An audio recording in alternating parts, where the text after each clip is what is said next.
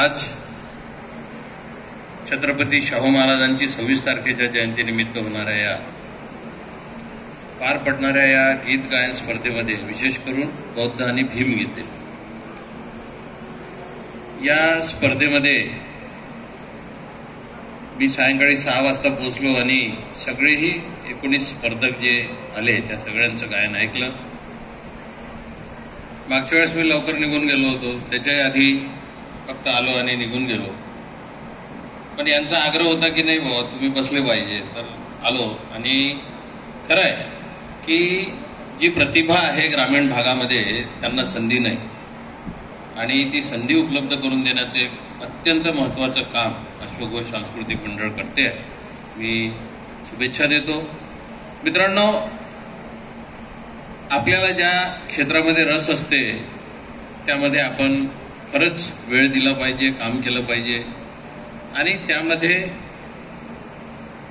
ज्या कुवतीने आपल्याला पोचता येईल, ज्या टप्प्यावर पोचता येईल तिथे आपण पोचलं पाहिजे. यासाठी प्रयत्न करणं अत्यंत गरजेचं आहे. असा मंच मिळणं अवघड आहे, पण मिळाल्यानंतर त्याचं सोनंही झालं पाहिजे या दृष्टिकोनातून आपण सगळ्यांनी इथे सहभाग घेतला.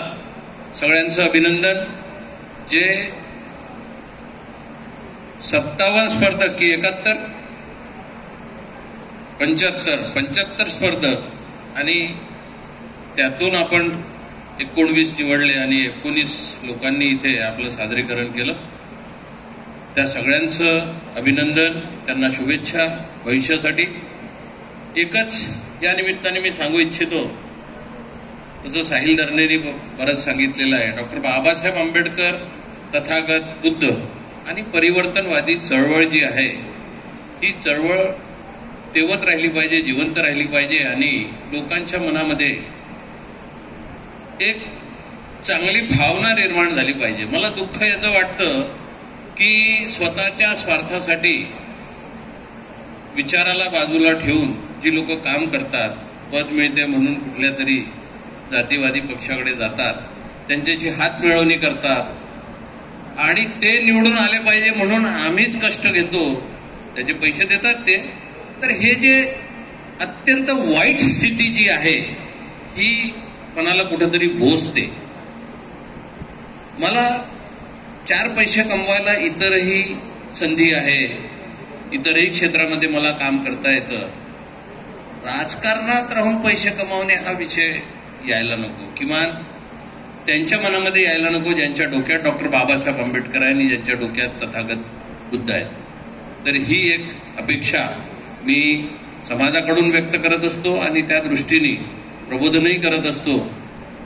संविधानासाठी म्हणून जे लोक संविधानाचा प्रचार करतात आणि ज्या पद्धतीने परिवर्तनवादी किंबहुना डॉक्टर बाबासाहेब जसे क्रांती प्रतिक्रांतीची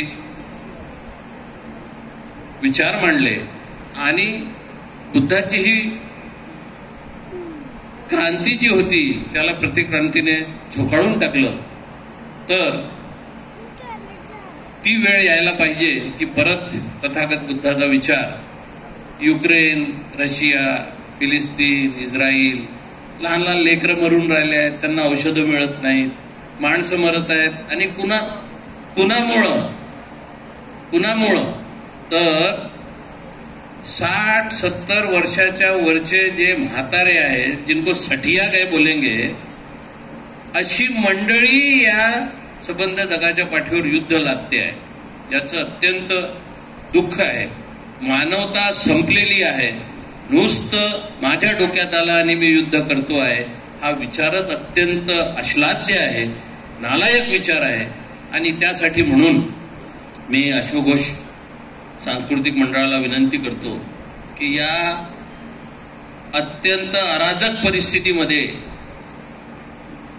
आम्ही लोकांनी सर्व लोकांना सोबत घेऊन एक शांतीचा संदेश या शहरामध्ये, या जिल्ह्यामध्ये आपण दिला पाहिजे, जेणेकरून मानवता जिवंत राहिली पाहिजे, ज्यासाठी डॉक्टर बाबासाहेब आंबेडकरांनी काम केलेलं आहे.